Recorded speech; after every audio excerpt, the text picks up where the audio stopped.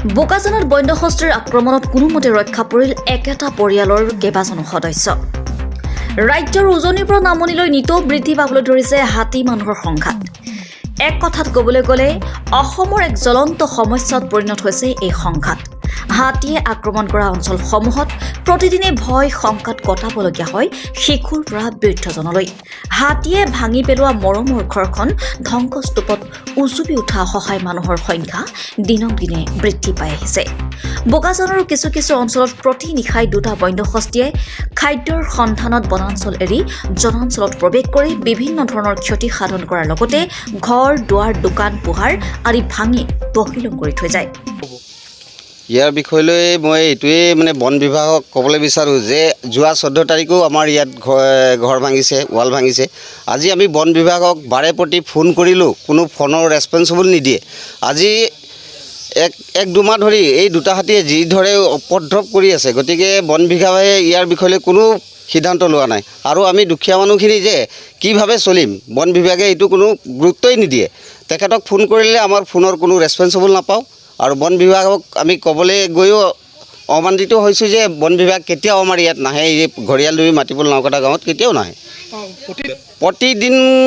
প্ৰতিদিনে আহে। আমাৰ ঘৰিয়ালদুবি মাটিপুল নাওকটাত প্ৰতিদিনেই হাতী আহে, কিন্তু বন বিভাগৰ ফালৰ পৰা কোনো ব্যৱস্থা নলয়, কোনো ৰেছপন্সিবল পোৱা নাই আজিলৈকে। আমি বহুতোবাৰ ফোন কৰিছোঁ বন বিভাগক, কিন্তু বন বিভাগে কোনো আমাক গুৰুত্ব দিয়া নাই। কি কৰে তেওঁলোকে? আমাৰ ফোনে ৰিচিভ নকৰেতো আমি কেনেকৈ। আপোনালোকে কি সিদ্ধান্ত লৈছে? চৰকাৰৰ প্ৰতি কি আহ্বান জনাব? চৰকাৰৰ প্ৰতি আমি আহ্বান এইটোৱে জনাব বিচাৰোঁ যে আমাৰ বন মন্ত্ৰীয়ে যাতে এই বন ধ্বংস কৰাটো বন্ধ কৰক আৰু হাতীখিনিক নিজৰ ঠাইলৈ লৈ যাবৰ কাৰণে ব্যৱস্থা কৰক। আজি নিশা বোকাজান ঘৰিয়ালডুবি অঞ্চলত বন্য হস্তি দুটাই দৰিদ্ৰ পৰিয়ালৰ 3টাকৈ বাসগৃহ ভাঙি ধ্বংসস্তূপত পৰিণত কৰি থৈ যায়।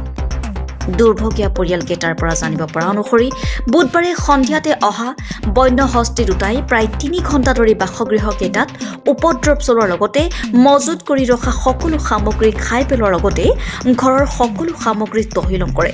হাতীৰ আক্ৰমণত কোনোমতে ৰক্ষা পৰে এজন 70 বিশেষভাৱে সক্ষম ব্যক্তিৰ লগতে পৰিয়ালৰ বাকী সদস্যৰ। উল্লেখনীয় বিষয়টো হ'ল যে ৰাজ্যৰ বিয়াগম বন বিভাগৰ লোক বাতৰি সংগ্ৰহ কৰাৰ পৰ্যন্ত দুৰ্ভগীয়া পৰিয়ালকেইটাৰ কাষত উপস্থিত নহল। বন বিভাগৰ লোকক স্থানীয় লোকে নিশাই সংযোগ স্থাপন কৰিবলৈ বিচাৰিলে যদিও কোনো ধৰণৰ সঁহাৰি নিদিয়াৰ এক গুৰুতৰ অভিযোগ উত্থাপন হৈছে। দুৰ্ভগীয়া পৰিয়ালকেইটাই সংবাদ মাধ্যমৰ যোগেদি বন মন্ত্ৰী আৰু বন বিভাগৰ বিষয়াসকলক অৱগত কৰে যে বন্য হস্তি দুটাক যদি অতি সোনকালে সেই স্থানৰ পৰা আঁতৰাই নপঠিয়াই তেন্তে খুব কম দিনৰ ভিতৰতে এক ভয়ংকৰ ঘটনা সংঘটিত হ'ব বুলি উল্লেখ কৰে। বোকাজানৰ পৰা ত্ৰিদীপ গগৈ ৰিপৰ্টাৰ লাইভ অসম। মেলি আৰু ভাঙি মেলি সিহঁতি 9:30-9টামান বাজি ওলাই গ'ল আৰু চব ঘৰকেইটা ভাঙিলে। 4টা ঘৰ ওচৰৰ মুৰ্গৰ ঘৰ ভাঙিছে, এইটো ভাঙি মেলি আৰু গ'ল। কেইটা আহিছিলে হাতী? 2টা আছিলে বোলে, মইতো দেখি পোৱা নাই, ভিতৰত আছিলোঁ। আৰু কেইটামান বজাত ভাঙিছে? এনেই 7:30 বাজি আহিছে আৰু গৈছে ইয়াৰ পৰা 9টামান বাজি। মানে কেইটা ঘৰ ভাঙিলে আপোনালোকৰ? আমাৰ ইয়াত 3টা আছে, বাবাৰ এটা 4টা মিলাই, চব মিলাই 4টা। আপোনালোকৰ ফেমিলিত মানুহ কিমান আছিলে? মানুহ আমি 4জনেই আছিলোঁ, আৰু বাইহঁতি আছিলে 5জন আৰু বাবা, চব মিলাই আৰু 10-11জন।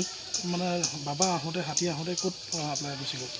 আমি ঘৰতে আছোঁ, সেই পকা ঘৰটোত সোমাই আছোঁ। আৰু আকৌ বাবাহঁতি ইয়াৰ পৰা পলাই গ'ল আমাৰ তাতে আৰু সোমাই একেলগত চবেইকেইটা জমা হয়। সদায় আহে নেকি আপোনালোকৰ এইফালে হাতী?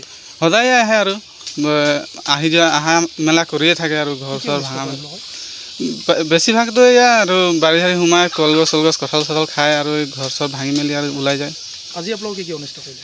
আজি এয়া ঘৰে ভাঙিছে আৰু কঁঠাল চঠাল খাইছে কৈছে, আৰু খোৱা দোৱাকেইটা চাউল তাউল সেইকেইটা চব খাই দিলে।